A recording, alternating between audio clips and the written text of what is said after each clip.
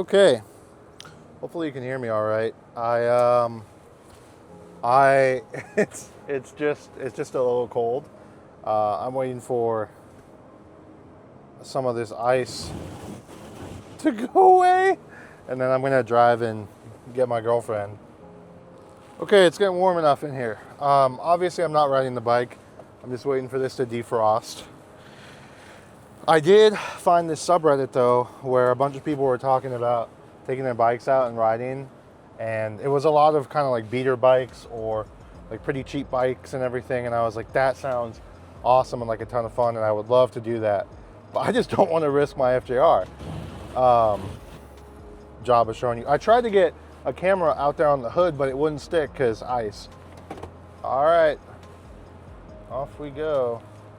Oh yeah, we're slipping and sliding.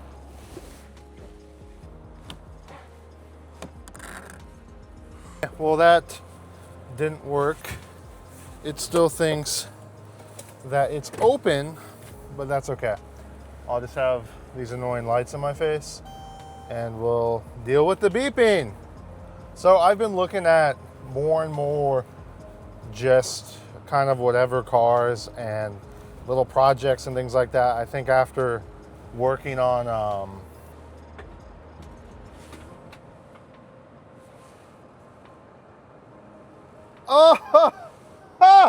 Triumph. Okay, we've done it. But so after working on all these bikes and everything, and then I did some work on the van, just quick, easy stuff like a thermostat, oil change, things like that. And I used to really enjoy doing all that stuff where I thought it was a good time to, spend some time with the vehicle. And I think that was when I enjoyed my vehicle a lot more. Like, that was weird. I just did like a Superman. I have the mic. I just want to, okay. Anyways, it's fine. But yeah, so I think it was just when I cared about my vehicles a lot. Like I had a truck that I liked quite a bit. And then I had, we're going. And then just cooler cars. Like I had a little BMW that I liked, a little Mercedes, which makes me sound like a rich kid, but I was very much not. They were like frugal and cost effective, but it was super cool. And I enjoy that. I miss that. I miss having pride in the vehicle, and I've had it in my van recently where, it's getting 85,000 miles just about right now, actually over.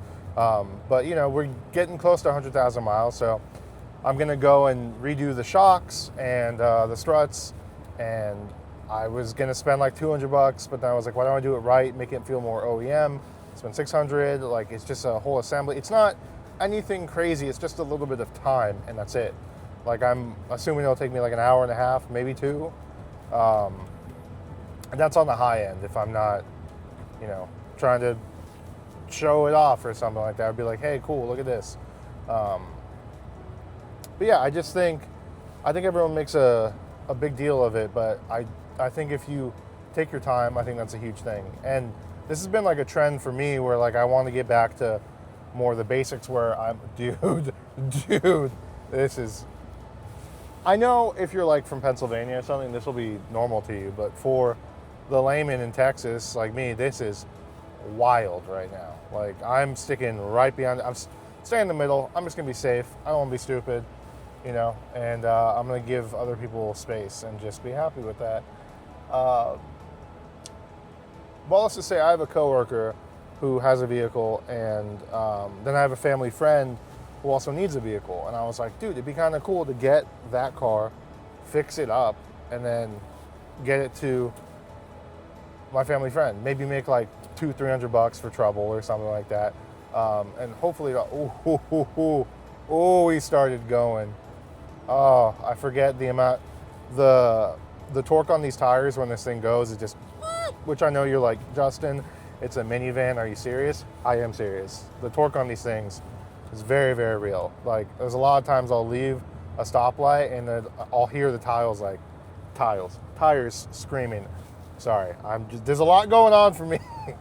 But yeah, I just want to get back to a point where I can work on a car, and I think this would be like a fun little project. I think it'd be cool to give this car new life. She had like a really tough year, and then essentially this car accident happened, very much not her fault, and then she's like held on to the car, since gotten a new one, and this one's just kind of sitting. So I think it'd be really cool to kind of breathe new life into that.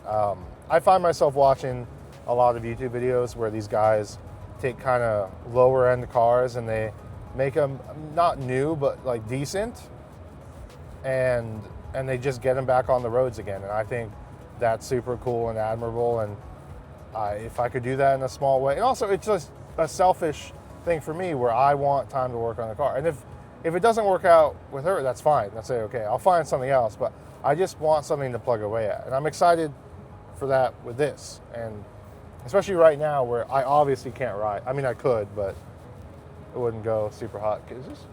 Oh my gosh, I forgot to turn that off. That must have been annoying. I'm a disaster. I'm a disaster. Oh, this is so fun. Okay. Other people are like, oh, we have roads and our cities like salt them and make sure that we can drive. Out here, everything's just, the city is just assumed to be shut down until this is over. And that's, I think it's fun. There was like a time in COVID where at the time I lived in another state and everything was shut down. And it was cool because the first few weeks you were just riding around and there was no one on the roads. And it was like kind of neat and not how that usually goes. Wow. Oh yeah. We're gonna stop well in advance. Give people all the space and room that they need. We might even turn here. Actually, no, we're gonna go right here. We're gonna pass by this sucker. I said I wasn't gonna do this, but we're gonna do it because I have a little bit of confidence, and that might be enough. You know what, we're gonna go right here. Yeah. What if we kick out the back a little bit, give it a little bit more speed than we need? Ooh. Okay. But yeah, and just doing things on the bike, I'm just like, oh, I used to work on cars a lot more. And so I think maybe this is a point where I'm feeling not guilt, but just like, oh yeah, you used to love this. This is something you used to spend a lot of time on, and it was very cool. And like, there's other hobbies, of course, that mix in and everything, but this is fun and it's useful. And the other day when I changed, it was the thermostat on here, and it was throwing a code. I had gotten it a few times, I cleared it, and I was like, oh wait, I need to like actually pay attention to this. It was a $30 part.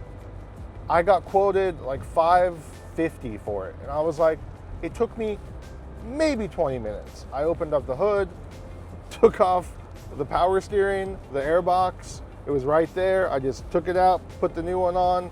I had my little pan underneath, so it, got all the coolant, and we were good. It was like very uncomplicated. And I think if you have an IQ above 40 and you have YouTube, come on, like, what are you talking about? It's not rocket science. You're a smart person. Like, you opened up whatever browser and typed stuff in, or got to YouTube. If you can get to YouTube, I feel like you can do it. Which maybe I know everyone has different levels to it, but I just don't think it's rocket science. And outside of doing an engine swap or something time intensive like that, something crazy, or like you're like, I'm rebuilding my transmission, like you're like, oh, okay, you're a stud. But I don't know, I just don't think it's that complicated. But is there anything that you've been putting off that you're like, there is this hobby that I used to love and now I have, like, I don't know, kids or a wife or a husband or whatever, and you just kind of stopped doing what you enjoyed? Because I feel like I've stopped doing what I've enjoyed. Not like overall, this isn't like my life is set, not actually, quite the opposite. My life is really working out for once. It's nice. But yeah. Anyways, have a good week. Bye.